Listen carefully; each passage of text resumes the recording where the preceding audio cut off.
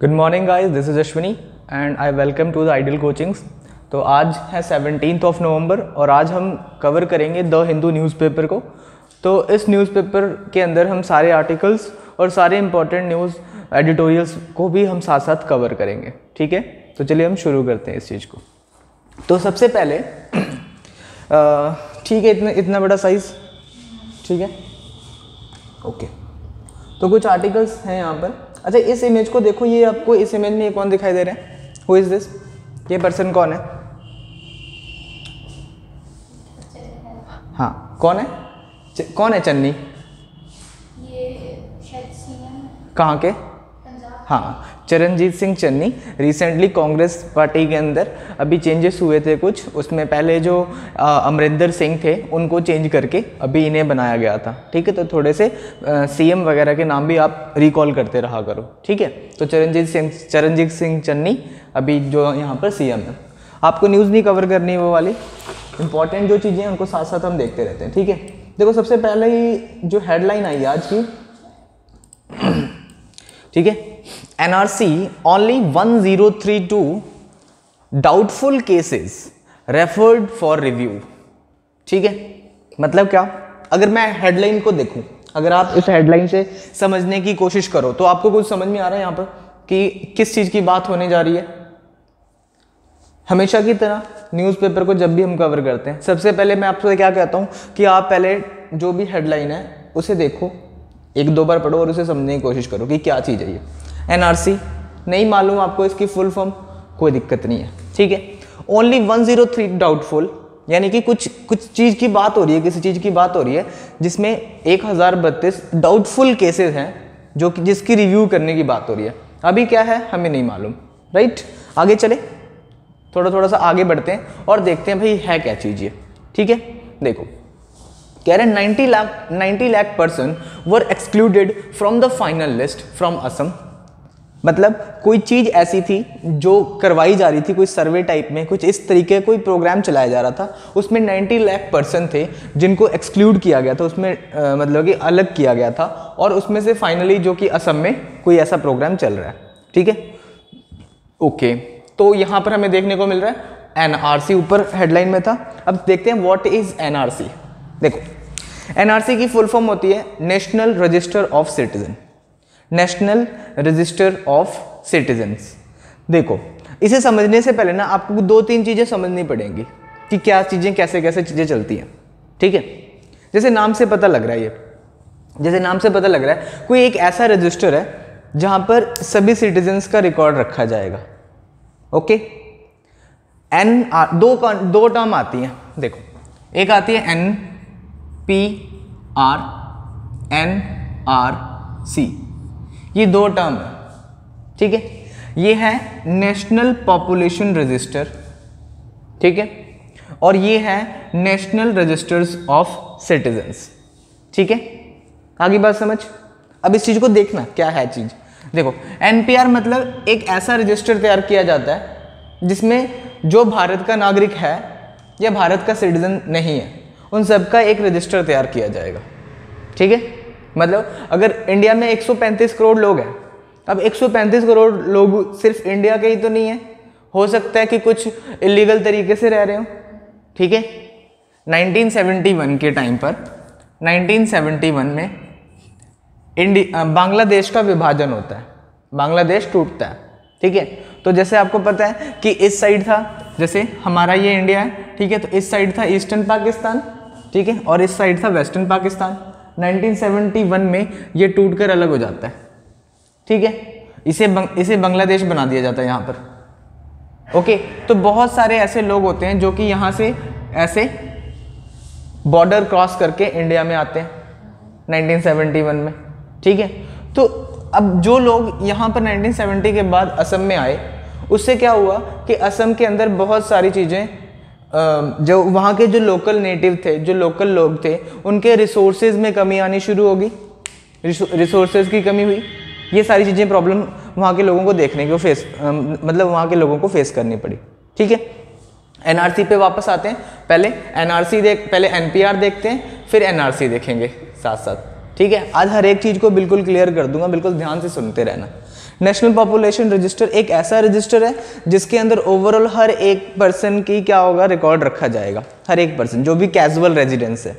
अभी ये वर्ड मैंने बोला कैजुअल रेजिडेंट, कैजुअल रेजिडेंट का मतलब होता है कि कोई भी पर्सन जो मिनिमम 6 मंथ से किसी जगह पर रह रहा है तो उसका उस रजिस्टर में नाम लिखा जाएगा।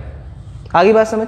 फॉर एग्जाम्पल कोई मान लो डेविड नाम का एक पर्सन है, कोई डेविड नाम का पर्सन है, इटली का पर्सन है, ठीक है, और ये इंडिया में पिछले 6 मंथ से रह रहा है, यमुनानगर में मान लो रह रहा है, ठीक है। तो अभी 6 मंथ से जब वो रह रहा है तो जब जो सर्वे करने वाले ऑफिसर्स आएंगे तो उसमें एनआरसी जो एनपीआर वाला नेशनल पॉपुलेशन रजिस्टर है उसमें इसकी एंट्री होगी। आई बात समझ, चाहे वो इंडिया का सिटीजन है या नहीं है। क्लियर। अच्छा, इसमें एक और क्राइटेरिया, अगर आप 6 महीने तक रहने वाले हो, प्लानिंग है, फॉर एग्जाम्पल आपको 6 महीने नहीं हुए अभी आए रहे हुए, ठीक है, आपको हुए 2 महीने हैं, ठीक है, और आपकी इंटेंशन अभी 6 महीने तक रहने वाली है तो भी आप इसमें एंट्री करवाओगे। समझ में आई बात। तो एनपीआर क्या पहली बार हो रहा है ऐसा एनपीआर? तो आंसर है नहीं, पहली बार नहीं हो रहा, पहले भी हो चुका है ये, ठीक है। 2011 में जब 2010-11 में जब 11 में सेंसस हुआ था उस टाइम पर भी ये हुआ था, इसे अपडेट करवाया जाएगा, ठीक है। हाँ, जैसे कि इससे सबसे पहली बार 1951 में करवाया गया था गणना, ये 1951 में करवाई गई थी, ठीक है। और उसके बाद इसका अपडेट करवाना है अभी, ठीक है, तो ये अपडेशन है, ऐसा नहीं है कि ये पहली बार है, ठीक है। ये 2003 में एक एक्ट लेकर आया गया था, 2003 में, उसी एक्ट के थ्रू इसे आगे बढ़ाया गया। बात समझ में आई आपको अच्छे तरीके से। अब थोड़ा सा और इस चीज़ को देखते हैं। देखो अब एनआरसी क्या होता है, एनपीआर समझ में आ गया होगा अभी आपको। ओवरऑल सभी लोगों का एक रजिस्टर, एक ऐसा, अब ऐसा नहीं होगा ना कि उसमें रजिस्टर अभी 135 करोड़ लोगों के लिए रजिस्टर्स बनाएंगे, अभी आपको पता है डिजिटली काम होगा। तो इसमें ना कुछ 15-16 ऐसे क्राइटेरियाज रखे गए हैं कि ये डेटा हमें लेना है। जैसे बायोमेट्रिक में आपके रेटिना का स्कैन, 10 फिंगर्स का स्कैनिंग, ठीक है, और उसके बाद आपका कुछ डिजिटल जैसे आधार कार्ड का पूरा डिटेल उसमें से चला जाएगा, ठीक है। उसके बाद एक्सेप्शन क्या थी इसके अंदर कि प्लेस ऑफ बर्थ, कि कहाँ पर आपका जन्म हुआ है, उसे भी रखा गया एंट्री में, ठीक है। उसके साथ साथ इसमें आपके माता पिता का जन्म कहाँ पर हुआ है, चलो आपके माता पिता का कहाँ जन्म हुआ है उसे भी रखा गया यहाँ पर। क्लियर। तो ये चीज़ थी एनपीआर के अंदर। अभी मैं और भी इसके अंदर डेटा दिखाऊंगा आपको कि और अच्छी तरीके से समझ में आएगा। मेन ओवरऑल आपको पता लग गया कि एनपीआर क्या चीज़ है। फिर एनआरसी ये भी एक लिस्ट है। इस लिस्ट के अंदर जो पर्सन भारत के सिटीजन है, इंडिया के सिटीजन है, उन लोगों की एंट्री करवाई जाएगी। Come on, what is the difference between NRC and NPR? NPR जो 6 मंथ से रह रहे, चाहे वो इंडिया के बाहर का भी हो, तो उसका रजिस्टर में होगा, और एनआरसी इंडिया वालों का। हाँ, इंडिया वालों। तो भारत में ऐसी कौन सी स्टेट है जिसमें एनआरसी लागू है? अभी समझ में आया? Which one? असम। क्लियर। तो असम में एनआरसी का सर्वे कंडक्शन करवाया गया था, ठीक है, पिछले 2019 में, ठीक है। तो 2019 में जब इसको शुरू करवाया गया तो इसमें 19 लाख लोग ऐसे थे जिनको माना गया कि ये लोग बाहरी हैं। थोड़ा सा और हिस्ट्री में जाते हैं।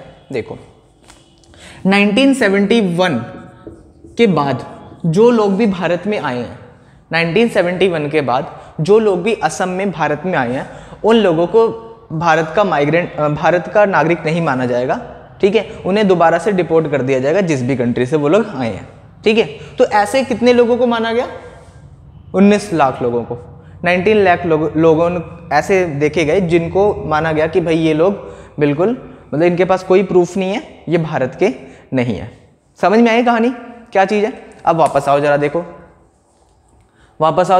Only a little over 1000 doubtful cases. अब इसमें से भी 19 लाख लोगों में से मौका दिया गया था यहाँ पर, जैसे ना इसमें ट्रायल होते हैं, जैसे मान लो किसी का नाम आ गया कि भाई आपके पास नहीं है, आपके पास कोई डेटा नहीं है, आपके पास कोई प्रूफ नहीं है कि आप यहाँ पर हो, इतना पुराना प्रूफ नहीं है, तो लोगों को ना इसमें बहुत सारे चांसेस दिए गए थे कि भाई आप क्या करो, आप कोई और ऐसा प्रूफ दिखा दो जिससे कि ये प्रूफ हो जाए कि आप 1971 से पहले यहाँ पर रहते थे। तो इसमें ना कई लोगों ने ऑब्लिगेशन डाली थी, कई लोगों ने इस तरीके से पिटीशन डाली थी कि भी आपने हमारा गलती से नाम उसमें से निकाल दिया, ठीक है। तो ऐसे कितने लोग थे? 19 लाख लोग। उसमें से टोटल सिर्फ और सिर्फ 1032 कितने थे इसमें डेटा में? हाँ, 1032 लोगों को ही रिव्यू में डाला गया है बस। तो यहाँ पर क्रिटिसिज्म किया जा रहा है इस पूरे का, ठीक है। अब देखो, only a little over 1000 doubtful cases in the final draft, the national register of citizens Assam have been referred to the district commissioner concerned for action. The state coordinate of NRC has said the RTI apply. More than 19 lakh of the 3.29 crore, मतलब total applicants कितने थे? 3.29 करोड़, मतलब 3 crore 29 lakh total लोग थे। उसमें से 19 लाख लोगों को माना गया था कि ये क्या है? भारत के नागरिक नहीं है, ठीक है, ये बाहर से आए हुए नागरिक है। As some were excluded from the final draft to published August 31, 2019। मतलब कि ये ड्राफ्ट, ये डेट भी याद रख लेना एनआरसी में, ये कब ड्राफ्ट किया गया था? 31 अगस्त 2019। क्लियर? आगे बात समझ, ठीक है जी। यहाँ तक चीज़ें क्लियर होगी क्या आप लोगों को? अब थोड़ी सी चीज़ों को और भी देख लेते हैं हम लोग कि भाई क्या क्या चीज़ें इसमें प्रेजेंट टाइम पर। एक सेकेंड, यस, देखो, national register of citizen 1951, NRC को 1951 में एक रजिस्टर बनाया गया था, मतलब पहली बार इसे 1951 में शुरू किया गया था। भारत का सेंसस भी 1951 में शुरू होता है, ठीक है। नेशनल स्टैटिस्टिकल ऑर्गेनाइजेशन ये इसे कंडक्ट करवाती है, एनएसओ नेशनल स्टैटिस्टिकल ऑर्गेनाइजेशन इसे कंडक्ट करवाती है। NRC was first introduced in 1951।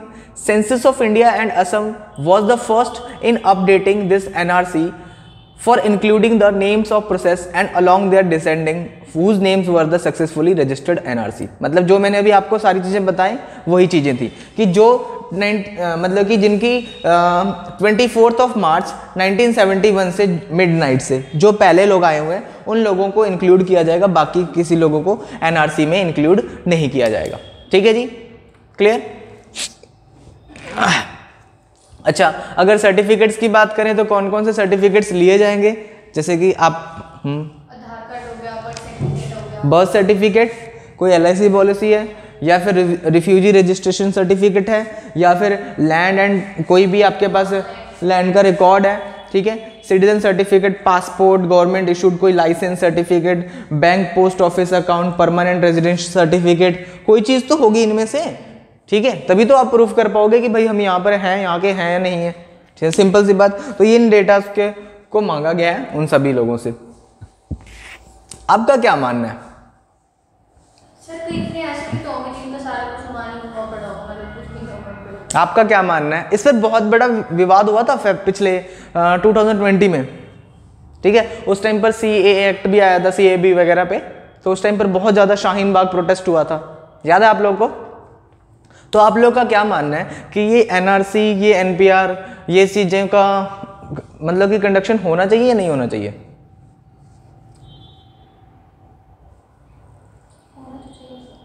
कैसे आप इसे देखते हो, इस चीज़ को किस तरीके से देखते हो, इस पूरे चीज़ को?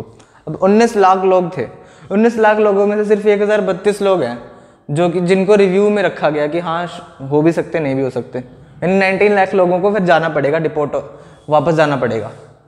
आप इसे किस तरीके से देखते हो इस डिसीजन को? बोलो नवनीत। सिक्योरिटी के हिसाब से देखें, सिक्योरिटी के हिसाब से देखें तो होना चाहिए। अगर एक दया के भाव से और उसके भाव से देखा जाए कि उनको अगर वो वहाँ से ही आ गए, यहाँ से वो कहाँ जाएंगे? वो भी तो नहीं करना चाहिए। जगह जगह ना देते बेचारे कहाँ जाएंगे इतने सारे। अच्छा, चलो ठीक है, ठीक है जी। सरकार भी दुविधा में है। एक्चुअली देखो यहाँ पर क्या कह रखा है कि 2003 के रूल के तहत लास्ट टाइम करवा, ऐसा नहीं है कि ये नया रूल है, पहले ठंडे बस्ते में रख दिया गया, होता तो पहले भी था लेकिन उस टाइम कोई भी विवाद नहीं हुआ। मतलब इसे इस टाइम क्या करा जा रहा है क्योंकि अपडेट किया जा रहा है basically with the introduction of final NRC 31 August 2019 10 AM for the completion of 1951 NRC updated a lot of controversies were created and even some lawmaker openly came out for the citizenship the document। अब यहाँ पर देखो, इसमें ना सिर्फ वही लोग नहीं थे कि जिनके पास डेटा नहीं था। आप मानोगे नहीं कि जैसे अभी हम लोग इंडिया में रहते हैं, हर एक फैमिली में आप देखो, कोई ऐसा नहीं कह सकता कि मेरे सारे डॉक्यूमेंट्स बिल्कुल सही हैं। कोई पर्सन ऐसा नहीं कह सकता किसी के नाम में, अगर फॉर एग्जांपल आपका नाम नवनीत कुमार है तो कहीं नवनीत की जगह नवनीत NITV कहीं गलती से लिख दिया होगा किसी ने पापा के नाम की जगह कुछ स्पेलिंग मिस्टेक कर दी होगी, किसी ने एड्रेस में मिस्टेक कर दी होगी। उसे आप एक बार में कोई भी चीज़ ऐसे सेट नहीं हुई होगी, उसे आपने 1-2 बार सही जरूर करवाया होगा। सही है कि नहीं? ठीक है, ऐसा ही है ना। जैसे इसके ऊपर अगर रिटर्न में लिखना पड़ जाए तो क्या लिखें? रिटर्न में लिखने के लिए देखो, मैं आपको दिखाता हूँ। जैसे ये आर्टिकल बहुत अच्छा लिखा हुआ है, एक सेकंड देखो, ये इंडियन एक्सप्रेस का एक पूरा का ऐसे है, ठीक है, कि explain what is national population register, कि NPR क्या है, NRC क्या है। अगर लिखना है, लिखने की जो शुरुआत होती है आपके सिंपल बेसिक, मैंने कई बार आपको बताया, ठीक है, कि लिखते कैसे हैं। सबसे पहले आप हर एक चीज़ को हाईलाइट करोगे, ठीक है, मतलब क्या, इंट्रोडक्शन पॉइंट्स में लिखोगे आप कि NRC का इंट्रोडक्शन क्या है। देखो NPR का इंट्रोडक्शन क्या है, पहले इंट्रोडक्शन इन्होंने बताया कि भाई क्यों न्यूज़ में था, क्या चीज़ें थी, फिर उसके बाद कि इसमें क्या क्या क्राइटेरिया आते हैं। एक सेकेंड, यस, ठीक है। देखो जब हम लिखते हैं तो सबसे पहले क्या आ गया, इंट्रोडक्शन आ गया, इंट्रोडक्शन होगी। क्वेश्चन क्या था, व्हाट इज NRC, ठीक है, ये क्वेश्चन था। अब क्वेश्चन को देखते हुए सबसे पहले इंट्रोडक्शन लिखना, इंट्रोडक्शन में आ गया, इसकी फुल फॉर्म आ गई, ठीक है, और ये कब इम्प्लीमेंट हुआ था, ये सारी चीज़ें आ गई। इंट्रोडक्शन प्लस हिस्ट्री इसमें आ जाती है, ठीक है। फिर फीचर्स, इसमें क्या क्या फीचर्स है, ठीक है। फीचर्स में एक सब पार्ट बनाओगे, आगे चलकर सब पार्ट बनाओगे आप उसका। फीचर्स के अंदर जैसे एलिजिबिलिटी क्राइटेरिया ऑफ NRC, कि क्या क्या एलिजिबिलिटी है इसकी, ठीक है, हो गया। जब आप इसके बारे में सारी चीज़ें बता दोगे, फिर अपने व्यूज़ रखोगे इसके प्रति, पॉजिटिव व्यूज़। जैसे मैंने आपसे पूछा कि भाई क्या इसके पॉजिटिव है, ठीक है, प्रो कॉन्सेक्शंस ऑफ द NRC, या आप इसके बेनिफिट्स ऑफ द NRC। तो इस तरीके इसमें आप कई केस स्टडीज डाल सकते हो। फॉर एग्जाम्पल अभी देखो, जैसे बेलारूस और पोलैंड वाला क्राइसिस चल रहा है, कल कवर किया हमने, ठीक है। ऐसे ही रोहिंग्या मुसलमानों वाला, नेशनल सिक्योरिटी को लेकर बहुत अच्छा उस पर पॉइंट रख सकते हो कि अगर इस तरीके से बहुत सारे लोग अगर हमारी कंट्री में एंट्री होंगे इलीगल तौर पर, तो क्या होगा, नेशनल सिक्योरिटी पर इम्पैक्ट पड़ सकता है। फूड शॉर्टेज जैसी चीज़ें भी देखने को मिल सकती हैं, अपॉर्चुनिटी की कमी हो सकती है, लैंड की कमी हो सकती है ना, बहुत सारी चीज़ें हैं। अगर सर हम लिख रहे हैं तो हम ये तो लिख नहीं सकते कि दया भावना की, अगर ये भी चल सकता है। नहीं, आप दया भावना की जगह आप इस तरीके से लिख सकते हो, ह्यूमन राइट्स, ऐसे वर्ड्स यूज़ कर सकते हो, ठीक है। आप इन वर्ड्स का यूज़ कर सकते हो, जैसे फॉर द ह्यूमन असिस्टेंस, दया भावना के हिसाब से आप ये भी लिख सकते हो कि भाई जैसे भारत एक संघवादी देश है, ठीक है। भारत के अंदर हर एक जाति, हर एक धर्म, हर एक पंथ के लोग रहते हैं, ठीक है। तो इसके लिए भारत के अंदर ऑलरेडी कानून है कि हाँ हम एक्सेप्ट करते हैं, लेकिन इसके लिए ऐसा नहीं है कि रिफ्यूजी, वो भारत के ऊपर डिपेंड करता है कि हम अपनी इंटेग्रिटी को देखेंगे। सबसे पहले हम अपना घर देखते हैं, उसके बाद ही हम दया भावना या जो भी चीज़ें ये देखेंगे। आगे बात समझ। ऐसे तो दया भावना के लिए जो रोहिंग्या मुसलमान थे उनके लिए एक अलग सा बना के दिया गया, ठीक है। अगर हम इंडिया की हिस्ट्री देखें तो इंडिया ने तो हमेशा ही एक्सेप्ट किया है सभी लोगों को। इंडिया पर कितने सारे रूल करके गए, कितने लोग, ठीक है। तो ये कुछ एग्जाम्पल्स आप इसे सेट कर सकते हो, 150-200 वर्ड्स में आप इसे बड़ा अच्छा लिख सकते हो, ठीक है। आगे चले, ये समझ में आ गया पूरा अच्छी तरीके से एनआरसी एनपीआर वाला कंसेप्ट क्या था।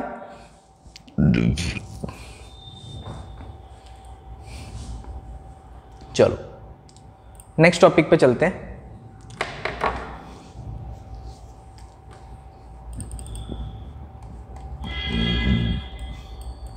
ये करतारपुर कॉरिडोर वाला हमने कल भी पढ़ा था, ठीक है, इधर वाला ये वाला आर्टिकल ये ओपन हो रहा है 18 नवंबर से, कल आज 17 है ना, ये कल से। ओ अच्छा, कोई मुझे ये बताएगा, यस लास्ट टाइम परसों इसे हमने पढ़ा था, परसों गढ़चिरौली डिस्ट्रिक्ट कहाँ पर है ये? महाराष्ट्र। गढ़चिरौली डिस्ट्रिक्ट कहाँ पर है? महाराष्ट्र में। किसके साथ बाउंड्री शेयर करता है ये?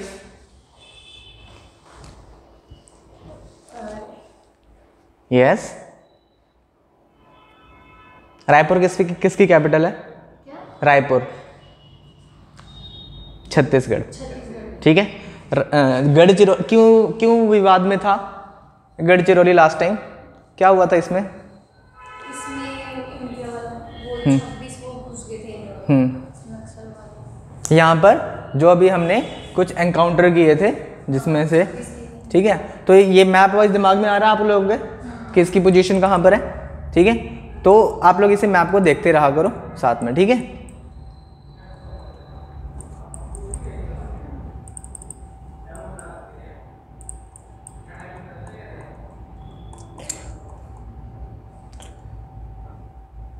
देखो राजस्थान सरकार ने भी अभी वैट फ्यूल प्राइसेस को कम कर दिया। ये हमारे लिए इंपॉर्टेंट न्यूज़ नहीं है, इसलिए मैं इसे आगे फॉरवर्ड कर रहा हूँ, क्योंकि एडिटोरियल पे हम ऑलरेडी इसे 2 दिन पहले कवर, 3-4 दिन पहले हम इसे कवर कर चुके हैं, ठीक है।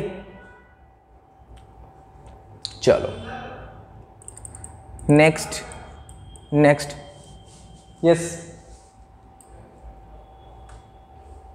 ठीक है। देखो अब अगेन हमारे पास एक बहुत ही अच्छा, यस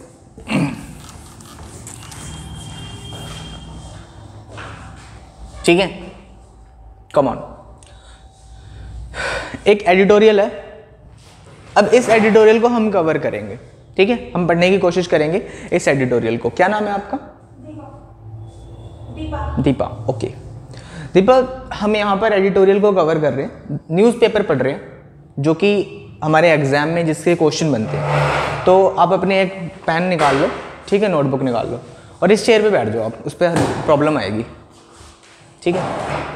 ओके, तो जो चीज़ें मैं साथ साथ आपको नोट करवाता हूँ आप उसे नोट करते रहना, ठीक है, questions.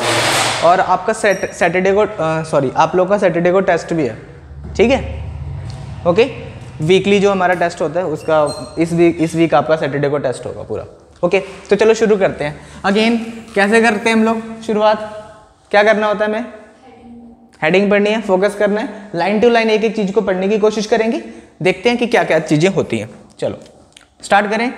For more than a weaver, threat of sanction undermines foundation of India US global strategic partnership.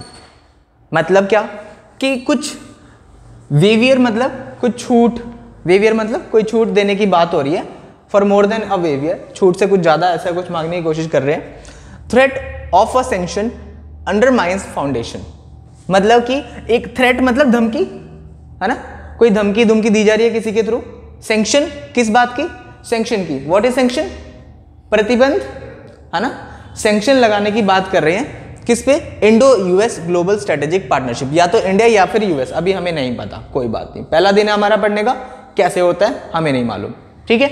मतलब अभी हमें ये पढ़कर इतना समझ में आया कि कोई इंडो यूएस की कोई बात चल रही है, इंडिया और यूएस की कोई बात चल रही है, उस पर सैंक्शन लगाने की बात है, कोई सैंक्शन लगा रहा है किसी के ऊपर। अब देखो सैंक्शन कौन लगाता है, प्रतिबंध कौन लगा सकता है? आप लोग क्लासरूम में बैठे हो, ठीक है, कल से सब टाइम पर आएंगे, कौन कहेगा? ये टीचर कहेगा ना, बच्चे तो नहीं कहेंगे ना, जो बड़ा होता है वही कहते हैं ना, सिंपल सी बात है। तो ऐसे ही अब इंडो यूएस की अगर कभी मान लो हमें नहीं पता लगता यार, सिंपल सी बात है, कभी कभी हम आज तैयारी कर रहे हो और अगले महीने से कोई एग्जाम आ जाता है, कभी कभी तो ऐसे भी होता है कि एकदम से नया टॉपिक आ जाता है आपके एग्जाम के अंदर, जब आप रीडिंग करते हो बिल्कुल ब्लैंक, तो हमें चीज़ों को थोड़ा थोड़ा पढ़ के समझने की कोशिश करनी होती है। चलो देखते हैं। The announcement by the Russia that supplies of the S-400 trains system to India have already begun has set the stage for Russian President Vladimir Putin visit in early December. Come on. आगे बात समझ में? क्या दिमाग में चीज़ें clear हुई? कुछ रिकॉल आया कि क्या हुआ था? यस। सो यहाँ पर बात हो रही है S-400 मिसाइल सिस्टम की। S-400 एक डिफेंस सिस्टम है जिसकी परचेजिंग हमने की है रशिया से। रशिया एक कंट्री है ना, okay. What's the capital of Russia? Moscow. Very good. Vladimir Putin इस यहाँ के प्रेसिडेंट है, ठीक है। तो यहाँ से सारी चीजें आप लोग ध्यान में रखते रहना। व्लादिमीर, यहाँ से वन डे एग्जाम के अंदर आपके अंदर क्वेश्चन पूछे जा सकते हैं कि रशिया की कैपिटल क्या है, मॉस्को, ये सारी चीजें, ठीक है। अब आगे कि व्लादिमीर पुतिन दिसंबर में भारत भी आने वाले हैं, तो हम रशिया और भारत के बीच में S-400 सिस्टम की डील हुई थी जिसकी पहली खेप आ भी चुकी है भारत के अंदर, ठीक है। चलो ये पहला सेंटेंस हमारा complete, okay. It has also thrown down the gauntlet to the US that the threatened sanction against India. यहां पर इस तरीके से दिखाई दे रहा है कि यूएस थ्रेटन कर रहा है, यूएस धमकियां दे रहा है, यूएस की तरफ से ऐसा शो हो रहा है कि वो क्या करेगा, सैंक्शन लगा सकता है इंडिया के तरफ, इंडिया के ऊपर प्रतिबंध लगा सकता है इंडिया के ऊपर, ठीक है। Now the deal for the air defence system was signed in 2018 between the mister Putin और Indian minister, prime minister, okay. Visit then. In 2017, the US had passed the Countering American Adversarying Through Sanction Act. याद आया? What is it? काटसा। हाँ, क्या बोलो? America का act है जो भी उसकी दुश्मन कंट्रियों से डील करेगा उसको सैंक्शन लगा देगा। हाँ, कि कोई भी अगर आप ऐसे ही कोई आर्म्ड फोर्सेस, कोई ऐसी चीज़ें मतलब कि कोई हम कह सकते हैं सिक्योरिटी वाली चीज़ें मंगवाते हो, कोई हथियार खरीदते हो, कोई ऐसी चीज़ें खरीदते हो जो कि अमेरिका को नहीं अच्छी लगती, तो वो क्या करता है, सैंक्शन लगा देता है दूसरी कंट्रीज, हाँ दूसरी कंट्रीज़ के ऊपर। जैसे होता है ना, वो मैंने एग्जांपल कौन सी दी थी आप लोगों को लास्ट टाइम, कि 4 फ्रेंड्स होते हैं, ठीक है। ऐसी बात है कि एक फ्रेंड है, वो कहता है कि अगर मैं उससे बात नहीं कर रहा था तो भी उससे बात मत करियो, ठीक है। ऐसे ही हो जाता था। तो अमेरिका कुछ ऐसे रूल्स लेकर आता है कि कहता है कि अगर हमारे रशिया के साथ अच्छे संबंध नहीं है तो जो भी कंट्री रशिया से डील करेगी हम उस पर कैसा एक्ट लगाएंगे, काटसा एक्ट लगाएंगे। आई बात समझ? क्या पहले किसी कंट्री पे लगा ऐसा act? China. Very good. China पर, ईरान पर, नॉर्थ कोरिया पर, बहुत सारी कंट्रीज पर लगा है, ठीक है। तो अभी ऐसा थ्रेटन लग रहा है कि शायद इंडिया पर भी ऐसा लग सकता है, ठीक है। हाँ, रशिया के साथ तो हमारी डील तो हो चुकी है, हमारी तो आ भी चुकी है, सब कुछ हो चुका है, ठीक है। तो चांसेस हमें ऐसे देखने को मिल सकते हैं। तो अभी इस पे देखना भी सब सारी चीज़ें क्लियर होंगी। क्या आपको 2 पैराग्राफ पढ़ के, अभी 2 सेंटेंसेस पढ़ के समझ में आया हो क्या रहा है? क्लियर? नहीं समझ में आया? ओके। देखो यहाँ पर एक सिक्योरिटी सिस्टम की बात हो रही है। जैसे आपने सुने होंगे, जैसे गन की बात करते हैं, अब इंडिया सारी गन्स तो इंडिया में नहीं बनाता, ठीक है। मिसाइल इंडिया में नहीं बनाता, तो हम क्या करते हैं, दूसरी कंट्री से इंपोर्ट करवाते हैं, दूसरी कंट्री से मंगवाते हैं। तो जो सबसे बढ़िया इक्विपमेंट, अब मान लो आप कोई भी, आपने पैसे खर्चने हैं, तो आप ये चाहोगे ना कि सबसे बढ़िया हथियार आए हमारी कंट्री में, सबसे बढ़िया चीज़ आए हमारी कंट्री में, ठीक है। तो ऐसे अब आप देखोगे कौन सी कंट्री हमारे लिए बढ़िया है। क्या इजराइल है, यूएसए है, रशिया है, कौन हमें सस्ते रेट में और अच्छी चीज़ दे रहा है? जहाँ पर हमारी डील होगी वहाँ से हम ले आएंगे। तो हमने डील की थी S-400 सिस्टम की। S-400 एक मिसाइल सिस्टम है, एक डिफेंस मिसाइल सिस्टम है, ठीक है। अभी बस इतना समझो, डिफेंस मिसाइल सिस्टम होता है, ये आर्मी में यूज़ किया जाता है, ठीक है। तो अब इसका क्या काम था कि इसकी डील की थी, हमें किससे मंगवाना था, इसे रशिया से मंगवाना था। अभी यूएस कहता है कि आप रशिया से बात ना करो, रशिया से कोई डील ना करो, अगर आप रशिया से डील करोगे तो हम आप पर कौन सा एक्ट लगाएंगे, काटसा एक्ट लगाएंगे। आई बात समझ? अभी क्लियर? आगे चलें क्या? कहाँ पे थे हम लोग? थ्रू द काटसा, ये ईरान तक हो गया ना हमारा, ये मैंने अभी आपको बता दिया, ईरान तक, ठीक है। नाउ यहाँ से आगे, ठीक है। The Modi government has justifiably paid little heed to US warning that the sanction slapped on China and NATO partners Turkey for buying the S-400 also be used against the India. तो देखो सिर्फ China, north Korea और Iran की ही बात नहीं हो रही। ये जो एक्ट है वो किस पर भी लग चुका है, पहले नाटो पर भी लग चुका है। नाटो क्या था? नॉर्थ अटलांटिक ट्रीटी ऑर्गेनाइजेशन, उस पर भी लगा चुके हैं ये लोग, टर्की पर भी लगा चुके हैं और रशिया पर तो है ही है। ठीक है, मतलब ये सारी चीजें इन्होंने लगा चुके हैं। In contrast it is a cave in the similar US threat over the purchase of the Iranian oil in 2019। ऐसा हमें देखने को मिला था 2019 में ईरान के ऊपर लगाया था सैंक्शन इन्होंने। उन्होंने बोला कि किसी भी कंट्री ने ईरान से अभी ऑयल नहीं परचेजिंग करनी। काटसा एक्ट लगा दिया उन्होंने, उनके ऊपर सैंक्शन लगा दिए और बोला कि कोई भी कंट्री अगर आप जाके ईरान से परचेजिंग करोगे तो आपसे भी हम बात नहीं करेंगे, आपके ऊपर भी सैंक्शन लगाएंगे। तो उस टाइम पर भी इंडिया ने क्या किया था, उस टाइम पर इंडिया ने चलो ठीक है यूएस की बात मानी और ऑलमोस्ट सबसे ज़्यादा 6 महीने बाद तक हमने इनसे लेना बंद कर दिया ईरान से। ठीक है, लेकिन क्या हर बार ऐसा चल सकता है क्या, है ना? हर बार ऐसा तो नहीं चल सकता। जब कभी भी हम फॉरेन पॉलिसी की बात करते हैं तो हर एक कंट्री के अपने अपने इंटरेस्ट हो सकते हैं। ठीक है, अब हुआ क्या, इससे फर्क क्या पड़ा? क्या ईरान गिड़गिड़ाने लग गया? क्या ईरान झुक गया? क्या ईरान को बहुत बड़ा लॉस हो गया? क्या आज की जो जियोपॉलिटिकल सिचुएशंस हैं वो बहुत अलग हो चुकी हैं। कहते हैं ना जिसके पास मसल पावर है वो सबसे बड़ा है। लाइव एग्जांपल हम देख रहे हैं तालिबान, है ना, कि कितना अत्याचार किया, फिर भी सारी कंट्री टेबल पर आ रही है ना। ठीक है, नॉर्थ कोरिया देखो, मैं ये नहीं कह रहा हूं कि वायलेंस का हम सपोर्ट करते हैं, लेकिन हमें अपने इंटरेस्ट के लिए अपना तो स्टैंड लेना ही पड़ेगा। हम ये नहीं कह सकते कि भाई हम यूएस के ऊपर डिपेंडेबल हो सकते कि हम तुम्हें नहीं अच्छा लगता तो हम अपनी डील ना करें। ठीक है, ऐसा इसमें भी बताने की कोशिश की जा रही है। क्लियर, आई बात समझ? आगे चलें क्या? देखो यहाँ तक हो गया हमारा S-400। India and Russia conducted their transfer through the rouble. What is this? Rouble, Russian currency. ठीक है, टॉपिक है ना आप लोग का Indian countries capital and currency का, तो ये इसे ध्यान से रख लो, रूबल। ठीक है, रशिया की करेंसी है रूबल। अभी मैंने रशिया की कैपिटल भी बताई, मॉस्को, और रशिया के प्रेसिडेंट का नाम व्लादिमीर पुतिन। और वर्ल्ड की सबसे बड़ी कंट्री कौन सी है? रशिया ही है। ठीक है, आई बात समझ? तो ये सारी चीजें आप लोग जियोग्राफी के हिसाब से भी थोड़ा सा कवर करते चलना इसे। With the first part of the system now delivered, हो चुके हैं, सेकेंड फॉर्म है is delivered now, and the first squadron delivery likely to completely. Squadron, what is squadron? What is squadron? Squadron military की एक term होती है जहां पर जैसे कहते हैं ना group, same like as a squadron.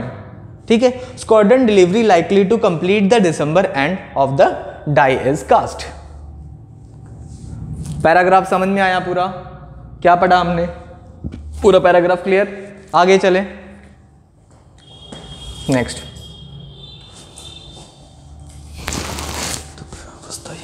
The US has a choice not to allow S-400 delivery to turn into a showdown with India. US President Joe Biden has been authorized by the Congress to waive sanction if the waiver is found to be American vital national security interest or that India would reduce its future dependence on the Russian weaponry.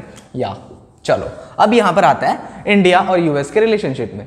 अब US कर क्या क्या सकता है यहाँ पर? अगर क्या वो सैंक्शन इस टाइम पर लगा सकता है या नहीं लगा सकता? ठीक है, तो देखो आपको याद होगा कल ही हमने पढ़ा, क्या था बताओ? क्वाड के बारे में पढ़ा था, याद है तुम्हें? क्या था क्वाड? कौन कौन सी countries? India, US, Japan, Quad वाला ग्रुप है ये। इंडिया, यूएस, जापान और एक ऑस्ट्रेलिया। ठीक है, ये कंट्रीज थी उसके अंदर। अब इसमें इंडिया कितना बड़ा प्लेयर है ना? इंडिया एक बहुत बड़ी कंट्री इस एक अपना एक रोल रख रही है इस टाइम पर, प्रेजेंट टाइम पर। उसके अलावा हमने एक RECP के बारे में पढ़ा था कल ही, regional comprehensive RCEP economic, RCEP के बारे में, उसमें भी इंडिया बहुत बड़ी कंट्री है, ठीक है, G20 का पार्ट है, तो इतनी आसानी से सैंक्शन लगाकर नहीं चलाया जा सकता, ठीक है, दूसरी कंट्रीज की तरह ईरान और इंडिया का कंपैरिजन नहीं किया जा सकता। तो वहीं पर जो बाइडन की एडमिनिस्ट्रेशन है, जो बाइडन के जो लोग हैं वहाँ के, जो एडमिनिस्ट्रेशन के जो पार्ट है, उन्होंने क्या बोला, उन्होंने बोला कि यूएस के प्रेसिडेंट को, जो बाइडन को ऑथराइज्ड किया जा रहा है, किस बात को लेकर, कि आप ऑथराइज्ड हो कि आप वेवियर दे सकते हो, छूट दे सकते हो इंडिया को, ठीक है, आई बात समझ, कि आप सैंक्शन, अगर आपको लगता है कि अमेरिका की वाइटल नेशनल सिक्योरिटी इंटरेस्ट पे कोई इंपैक्ट नहीं पड़ता, अमेरिका के हित में कोई प्रॉब्लम नहीं आ रही, तो आप इसे छोड़ भी सकते हो सैंक्शन लगाने से। ऑब्वियस सी बात है ना। देखो कि इससे क्या हुआ कि पिछले अगर जो एक्सपीरियंसेस को देखें तो कोई फ़ायदा नहीं हुआ अमेरिका को, और ऊपर से लॉस ही हुआ। अगर इंडिया में अगर इस तरीके से सैंक्शन लगाए जाते हैं तो इससे अमेरिका को तो लॉस हो गई, साथ में इंडिया को इतना इम्पैक्ट नहीं पड़ेगा, क्योंकि इंडिया वैसे भी डेवलपिंग कंट्रीज है, ठीक है। Now easy to argue that as many US Congress representative have, अब देखो बहुत सारे यूएस कांग्रेस रिप्रेजेंटेटिव इस बात पर चर्चा कर रहे हैं कि हाँ कार्डसे एक्ट लगा दो, नहीं तो ऐसे तो बहुत सारी कंट्रीज हमारे खिलाफ आएंगी, आप उस पर क्यों नहीं लगाए। That India is prized US partner of the quad, India part है क्वाड का, and the Indo Pacific and the countering of the China. जब अब इंडो पैसिफिक की बात आती है तो इंडिया ही सबसे बड़ी कंट्री आती है, ठीक है, अगर चाइना को रोकना है तो, ठीक है ना, चाइना को रोकने के लिए इंडिया के बिना तो चलने का नहीं कोई भी काम, ठीक है। तो यूएस को ये सारी बातें ध्यान रखनी पड़ेगी, नहीं तो होगा क्या कि आने वाले टाइम पर रशिया या हम रशिया के साथ तो हमारे वैसे भी अच्छे रिलेशन है, ठीक है। Sanction will cause a rift in India US ties and could spur मतलब कुछ कम कर देना, स्पर इंडिया टुवर्ड रशिया। अब all the US must recognise that it's unilateral sanction which are not मतलब कि यहाँ पर ये कह रहा है कि अब यूएस को भी सोचना पड़ेगा कि भाई इंडिया के ऊपर अगर हम ऐसे सैंक्शन लगाते हैं तो इसका इम्पैक्ट हमारे ऊपर भी बहुत ज़्यादा पड़ने वाला है, ठीक है। अब यहाँ पर देखो, अब ये सारी डील्स को देखें जरा, यूएस को ये बात को बिल्कुल ध्यान में रखना पड़ेगा कि आप ऐसे नहीं कर सकते बच्चों की तरह कि हाँ भाई हमसे नहीं डील, उससे लड़ाई होती है हमारे से भी लड़ाई होगी, क्योंकि बहुत सारे ऐसे इनके कानून हैं जो कि यूएन ने भी रिकग्नाइज नहीं किया, यूएन ने भी नहीं माना, आप अपनी तरफ से ही लगाई जा रहे हो, ठीक है। तो आप सुपर पावर हो, इसका मतलब ये थोड़ा ना कि छोटी कंट्रीज के साथ कुछ भी करोगे आप, ठीक है। तो ये चीजें भी बताने की कोशिश की जा रही है, ठीक है। The subjective and the whimsical manners in which these sanctions were used, withdrawn and then reimposed against Iran, for example, do not inspire confidence in them. For India, ascending to such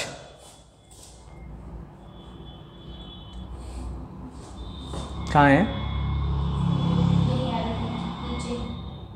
यहाँ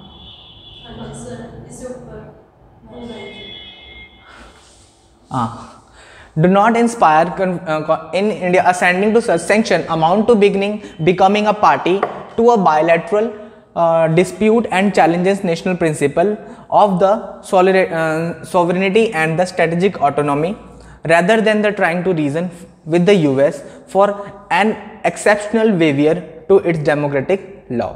New Delhi must make it clear the law should be abounded as it's the negative as it negates the very rules used to international order, and that is the foundation of the US global strategic partnership. मतलब यहाँ से लेकर यहाँ तक, यहाँ पर किया गया इसका पूरा सारांश, मीन्स सबको इसका एक ओवरव्यू समरी यहाँ पर खत्म कर दी कि क्या करना चाहिए, यहाँ पर राइटर का व्यू बता दिया अब, ठीक है।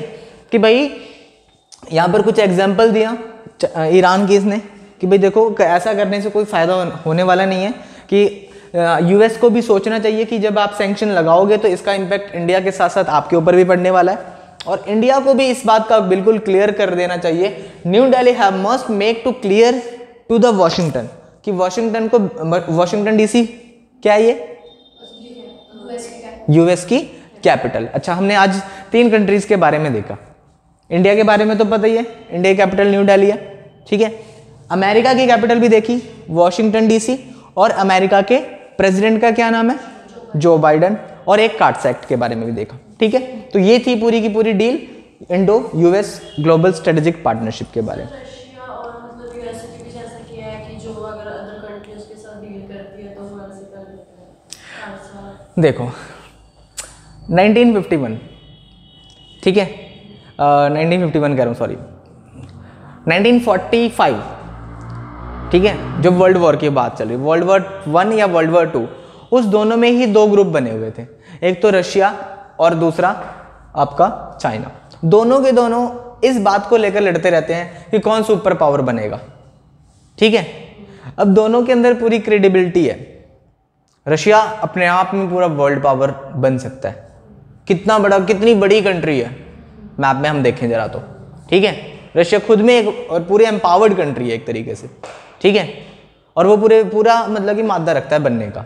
जबकि यूएस क्या है, यूएस किसके दम पर बनना चाहता है, ठीक है, चाइना के नहीं, यूएस बनना चाहता है हथियार वगैरह इन सब चीज़ों को, ऐसी टैक्टिक अपनाता है। रिसेंटली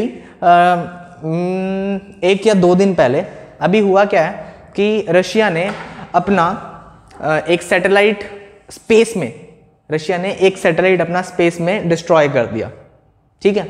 तो यूएस ने धमकी दी है उन्हें कि आपको इसका अंजाम भुगतना पड़ेगा, ठीक है, कि अपनी सैटेलाइट ही उसने डिस्ट्रॉय कर दी। हम इंसान ना बहुत गंदे हैं, ठीक है, हमने धरती पर तो कूड़ा कबाड़ मचाया ही है, स्पेस में भी पूरा कबाड़ कर रखा है। पूरा इतना स्पेस में डस्ट है इस टाइम, स्पेस में जो हमारा वेस्टेज है, ठीक है। अब ये जो वेस्ट जो वहाँ पर फोड़ा गया है, मतलब सैटेलाइट्स में वहाँ पर किया गया है ऐसा चीज़ें, तो इससे क्या होगा कि जिस एक देखो एक जोन होता है ना, पर्टिकुलर सैटेलाइट का एक जोन होता है कि इस जोन में ही आपके सैटेलाइट लाई कर सकते हैं। अब आप उस जो आपका जो स्पेस जो डिस्ट्रॉय किया गया था, जो स्पेसशिप उनका जो सैटेलाइट डिस्ट्रॉय किया गया था, अब उसका जो भी वेस्ट होगा वो वहीं पर रहेगा। अब हो सकता है कि कभी किसी सैटेलाइट्स को नुकसान पहुँचा दे, ठीक है, और इसके साथ साथ इसके बहुत सारे हार्मफुल इम्पैक्ट भी देखने को मिल सकते हैं, ठीक है। मान लो घर में ऐसी सिंपल सी बात है कि आप कोई खिलौने से खेल रहे हो, अभी तो खिलौने से खेलने का टाइम नहीं है आप लोगों का, एक छोटे बच्चों की बात करते हैं। हम कहते हैं ना कि बच्चे खिलौने इधर नहीं, फर्श पे नहीं फैलाने चाहिए, इधर उधर ना फेंको, मॉरल वैल्यूज की बुक्स में होता है ना इधर। अब इधर उधर फेंकने से क्या पोल्यूशन हो जाएगा क्या? बच्चे की अकॉर्डिंग अगर हम सोचें पोल्यूशन हो जाएगा क्या इधर उधर फेंकने से? फेंक दिया, बड़ी अच्छी बात है, मजे कर, कोई क्या बात है। लेकिन इसके इम्पैक्ट कोई चलता चलता गिर गया, खुद को लग जाए, है ना, चोट लग जाए, ये ऐसे इम्पैक्ट कि हाँ हम यहाँ इतनी दूर बैठे हुए हैं कि हमें उसका इम्पैक्ट कुछ नहीं दिखाई दे रहा है, लेकिन इसका इम्पैक्ट हो सकता है कि कोई ऐसा एस्ट्रॉयड वगैरह उसकी वजह से डायरेक्शन चेंज हो जाए। मतलब एक मैं प्रोबेबिलिटी ऐसी एग्जाम्पल, ऐसा नहीं कर रहा होएगा ही, ऐसा ही चीज़ें होंगी, ठीक है। तो ये चीज़ें मैं आपको बताने की कोशिश कर रहा हूँ कि यहाँ पर ऐसी चीज़ें हुई हैं। स्पेस रेस की बात करें, ठीक है, आपने क्वेश्चन पूछा यूएस और रशिया में क्यों ऐसा होता है, तो मैं उसके कुछ एग्जाम्पल बता रहा हूँ। सबसे पहले एग्जाम्पल मैंने आपको बताई कि भाई वर्ल्ड वॉर 1 और वर्ल्ड वॉर 2 का जो इनका रेस लगी हुई थी वो। दूसरी कि भाई सबसे प्रॉस्पर कंट्री कौन बनेगा, उसमें स्पेस रेस की दौड़ चली जाती है। उसके बाद इनकी इकोनॉमिक रिलेशनशिप कितने होते हैं, डिफेंस सिस्टम किसका सबसे ज़्यादा तगड़ा होगा, ये सारे रिलेशन मतलब आपस में ये इन दोनों की रेस लगी रहती है। उसमें जो दूसरी कंट्रीज़ हैं, अभी चाइना भी आ गया, ठीक है, चाइना भी अभी आने वाले टाइम पर बहुत बढ़िया कंट्री, मतलब बढ़िया क्या, सबसे ऊपर जाने में उसको दिखाई देता हुआ हमें दिख रहा है, ठीक है। आगे बात समझ, चलो अब एक टॉपिक है, what's the time, yes 15 minute अभी पड़े, ठीक है, बोर तो नहीं हो रहे, चलो आज आपका पहला दिन है तो हो सकता है कि कई चीज़ें थोड़ी कम समझ में आए, लेकिन मैं पूरी कोशिश कर रहा हूँ कि आपको समझ में आए।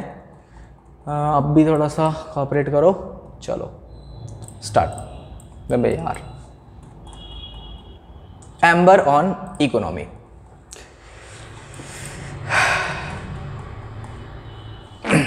ठीक है, क्या कर रखा है आपने? MBA कौन से स्ट्रीम में? HR से, और ग्रेजुएशन? BBA, ठीक है, चलो फिर तो और अच्छी बात है। Policy maker must focus on inflation as high prices will put at risk the revival of demand। क्या समझ में आया हेडिंग पढ़कर कि किस चीज की बात हो रही है? कुछ इकोनॉमी से जुड़ा हुआ टॉपिक लग रहा है, ठीक है, इन्फ्लेशन से जुड़ा हुआ कोई बात हो रही है। यहां पर बता रहा है कि पॉलिसी मेकर्स को फोकस करना चाहिए कि जो इन्फ्लेशन बढ़ रही है उसके ऊपर फोकस करना चाहिए कि प्राइसेस देखो कितने इनके बढ़ रहे हैं, डिमांड भी कम है और प्राइसेस भी बढ़ते जा रहे हैं। डेफिनेशन अगर हम इन्फ्लेशन की देखें तो क्या हो सकती है डेफिनेशन इन्फ्लेशन की? बोलो। डिमांड ज़्यादा हो, ठीक है, सप्लाई कम हो जाए, ठीक है, उस चीज़ की प्राइस जो रेट है वो बढ़ जाए, ये सब इन्फ्लेशन का रीज़न बनता है, ठीक है ना। डिमांड एंड सप्लाई चेन पर डिपेंड करता है इन्फ्लेशन पूरा, सही है, ठीक है। आगे दो फैक्टर्स होते हैं जिस पर हम डिसाइड करते हैं, हम क्या, जो पॉलिसी मेकर होते हैं जो डिसाइड करते हैं कि इन्फ्लेशन कैलकुलेट कैसे की जाए। एक होता है CPI और एक होता है WPI। क्या चीज है भाई, बोलो। CPI क्या है और WPI क्या है? Very good. WPI wholesale price index, wholesale price index और कंज्यूमर प्राइस इंडेक्स, इन दोनों पर ही डिपेंड करता है। मतलब यार सिंपल सी बात, ज़्यादा नहीं पता, हमें कुछ नहीं पता। कंज्यूमर प्राइस इंडेक्स का मतलब ये है कि रिटेल जो कस्टमर है, आप, मैं, हम सब लोग, कि उसके अकॉर्डिंग कितनी महंगाई बढ़ी। होलसेल प्राइस इंडेक्स का मतलब क्या, कि जो दुकानदार है, जो बड़ी एक साथ में कई चीज़ें लेकर आते हैं, उसके अकॉर्डिंग कितनी उसमें बढ़ोतरी हुई है। तो ये दोनों के दोनों प्राइसेस डिसाइड करते हैं कि कितनी इन्फ्लेशन होगी या नहीं होगी। आगे बात समझ। अब इस चीज को थोड़ा सा अंदर जाके पढ़ने की कोशिश करते हैं कि है क्या, क्या कोई डेटा आया है क्या, कोई चीज आई है क्या, है ना, ये चीज हुआ होगा। चलो, the latest data inflation both in retail and wholesale price as well as industrial output estimates suggest it would be prudent to adopt cautions on the outlook of the economy. October retail inflation based on the CPI showed the slightly quickening in the overall year-on-year price gain to 4.48%. मतलब क्या कि जो CPI का index है वो कितना hike कर गया, 4.48% हाइक कर गया फ्रॉम द 4.3% टू द, जो कि सितंबर में कितना था, 4.35%। अब बच्चों को डाउट होता है, यार सर आप बड़े डाटा करवाते हो, बहुत हर रोज एक न्यूज़पेपर ले लेते हो और डाटा लिखवाते रहते हो, कौन सा याद करें कौन सा छोड़ें, है ना, रहती है ना दिमाग में बात कि भाई कितनी चीज़ों को याद करें, ऐसे कैसे याद कर पाऊँ। तो इसके लिए करना क्या होता है, एक पेन उठाओ, एक पेपर उठाओ और एक शीट अलग बना लो, एक कॉपी अलग बना लो, ठीक है, डेटाज की, और उसमें ना मंथ वाइज डेटा लिखो। और जो आपके एग्जाम आएंगे ना, अगर आपका एग्जाम 2 से 3 महीने के बाद वाला एग्जाम है, फॉर एग्जाम्पल किसी बच्चों का एग्जाम जनवरी में है, किसी बच्चे का दिसंबर में एग्जाम है या फेब में एग्जाम है, तो उनके लिए ये डेटा इंपॉर्टेंट हो जाता है, क्योंकि आपको भी पता है कि भाई 4 महीने बाद पॉलिसी आती है, ठीक है, 3 महीने 4 महीने बाद रिपोर्ट्स आती हैं, तो कई डाटा ऐसे होते हैं कि जो 3 महीने के बाद हमारे लिए इतने इंपॉर्टेंट नहीं रहते हैं, ठीक है। तो अगर हमारे पास ये डेट लिखी होगी, सितंबर मंथ के अंदर ये रिपोर्ट्स आई थी, CPI इंडेक्स इतना था, अक्टूबर मंथ में CPI इंडेक्स इतना था, तो आप उस तरीके से चीज़ों को काउंट कर सकते हो। आगे बात समझ, ठीक है।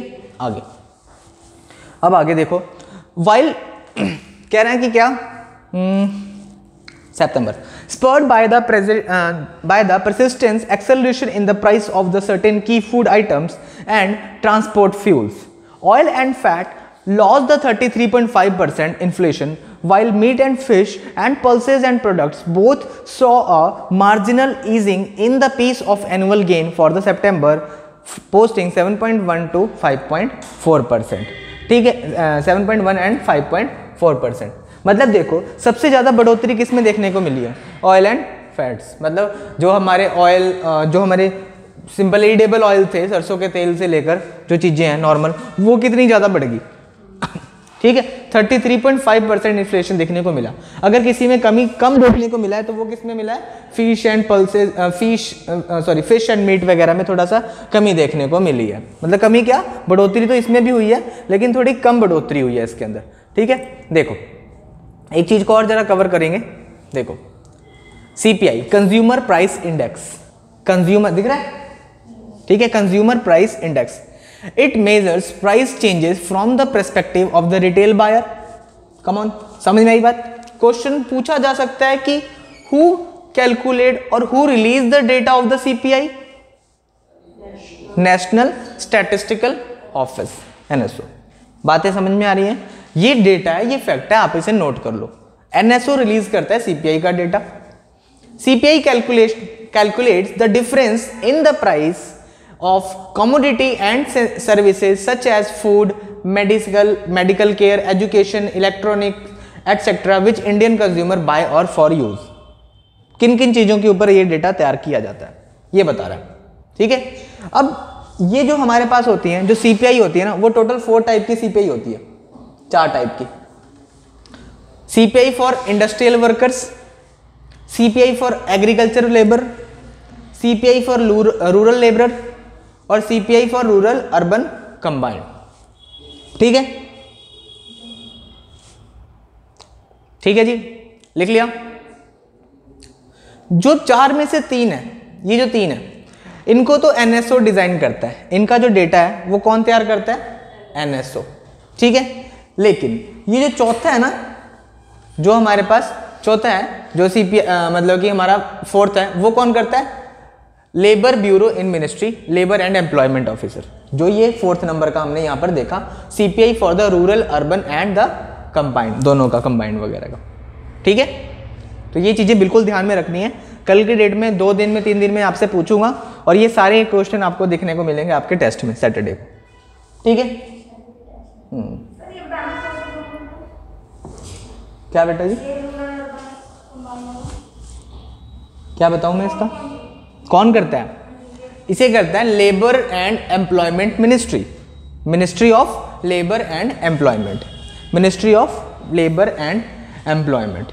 ठीक है, national statistical office, ministry of statistic and programme implementation. अब देखो, अब इसका बेस ईयर कौन सा माना जाता है, हम कह रहे हैं कि भाई 4.48% हाइक देखने को मिल रहा है, 33.5% हाइक देखने को मिल रहा है। हाइक का मतलब क्या, बढ़ोतरी। कौन सी ईयर से बढ़ोतरी, बेस ईयर कुछ ना कुछ तो लेना पड़ेगा ना, कि कौन से ईयर से, क्या पिछले साल से, या 2010 से, 2018 से, 2019 से, कब से। तो CPI का इंडेक्स माना जाता है बेस ईयर 2011। ठीक है, CPI का याद रख लेना, क्वेश्चन बने हैं ये वाले क्वेश्चन। हाँ, अभी फिलहाल तक तो 2011 का चल रहा है, हमेशा तो कुछ नहीं होता ना। अरे नहीं, मतलब ये लास्ट अब तक का हाँ, यही इसी को 2011 की महंगाई 11-12 को लेना है, इसे 12 तो 11-12 का है ये, 12 नहीं है यहाँ पर, 11-12 आना चाहिए। ठीक है, ये देखो, ठीक है, ओके, 2011-12 लेना है इसे। WPI का भी साथ में इसी तरीके से WPI का भी बेस ईयर क्या है, 2011-12। पहले 2004-5 हुआ करता था, अभी उसे 2011-12 कर दिया गया WPI का, और उसका भी 2011-12 आप उसे नोट कर लेना। ठीक है, क्लियर। तो ये भी ऐसे ही आप इस चीज़ को ध्यान में आप रखते रहना आगे। ठीक है, बाकी ये सारा डेटा है जो आपको, ये मैं आपके लिए दे रहा हूँ कि अब आप इसे पढ़ोगे अच्छी तरीके से और इसको कवर फिनिश करोगे। ठीक है, तो यहाँ पर हो गए हमारे 2 एडिटोरियल फिनिश और कुछ न्यूज़ आर्टिकल्स, और देख लेता हूँ मैं अगर कुछ है इंपॉर्टेंट तो। हाँ, अच्छा एक चीज़ बताओ, रिसेंटली जनजातीय गौरव दिवस मनाया गया है, कब मनाया गया, रिसेंटली जनजातीय गौरव दिवस मनाया गया 15 नवंबर। कल आया था एडिटोरियल, उसे कवर किया था, ये भी आज फिर से वही आया है। ठीक है, क्यों मनाया जाता है, क्यों मनाया जाता है जनजातीय गौरव दिवस 15 नवंबर को, इसी साल से मनाना हमने शुरू किया है। क्यों मना रहे हैं, कल आए थे ना आप, बताओ क्यों मना रहे हैं इसे हम लोग, बोलो बोलो। भूल गया, एक दिन में भूल गया। देखो, जनजातीय मतलब शेड्यूल्ड ट्राइब्स। ठीक है, इस आर्टिकल को मैं कवर कर रहा हूँ, इस वाले को पूरे को, ठीक है। देखो जैसे इस साल 75th आज़ादी का महोत्सव मनाया जा रहा है भारत के अंदर, 75वां आज़ादी दिवस मनाया जा रहा है। तो इस पूरे साल को आज़ादी का महोत्सव, ये प्रोग्राम है, प्रोग्राम का नेम है आज़ादी का महोत्सव, ठीक है। इस प्रोग्राम को मनाया जा रहा है, इसमें हम उन सभी लोगों को याद कर रहे हैं जिन्होंने हमारी फ्रीडम के लिए लड़ाई लड़ी थी। तो फ्रीडम के लिए बहुत सारे ऐसे लोग थे जिनके बारे में हमें पता भी नहीं है। इसमें एक कम्युनिटी है, उनको भी हम प्राइड फील करवाने के लिए, गौरव फील करवाने के लिए हम उनके नाम पर एक दिवस बना रहे हैं, एक दिन बना रहे हैं। हाँ ठीक है।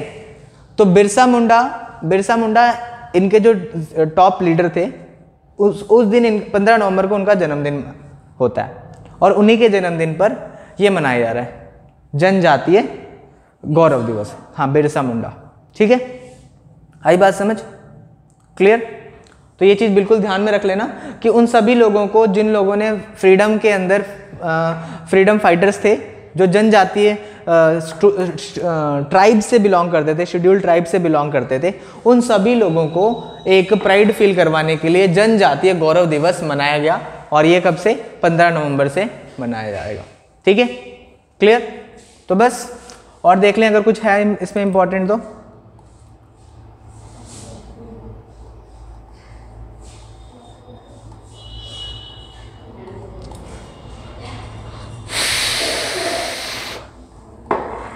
टॉपिक तो बहुत सारे हैं इसके अंदर अभी भी, बाकी हम देख लेते हैं, बाद में कवर करते हैं। ओके ठीक है, थैंक यू गाइस।